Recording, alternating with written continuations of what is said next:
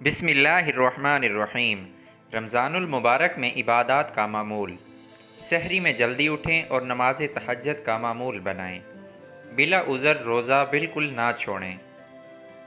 नफल और सुन्नत बिल्कुल ना छोड़ें। अगर थोड़े से भी बीमार हैं तो रोज़ा ना छोड़ें, क्योंकि रोज़े में शिफा है। 5 वक्त की नमाज वक्त पर अदा करें।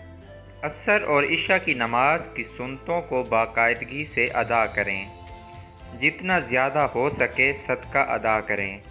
रमज़ान की हर रात में लाजमी सदका दें। इस महीने में नेकियों का दर्जा बढ़ जाता है, इसलिए ज़्यादा से ज़्यादा नेकियां करें।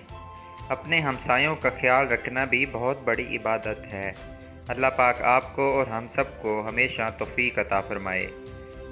दोस्तों, इस वीडियो को सदका जारिया समझ कर आगे शेयर करें और चैनल को लाजमी सब्सक्राइब करें। आपका शुक्रिया।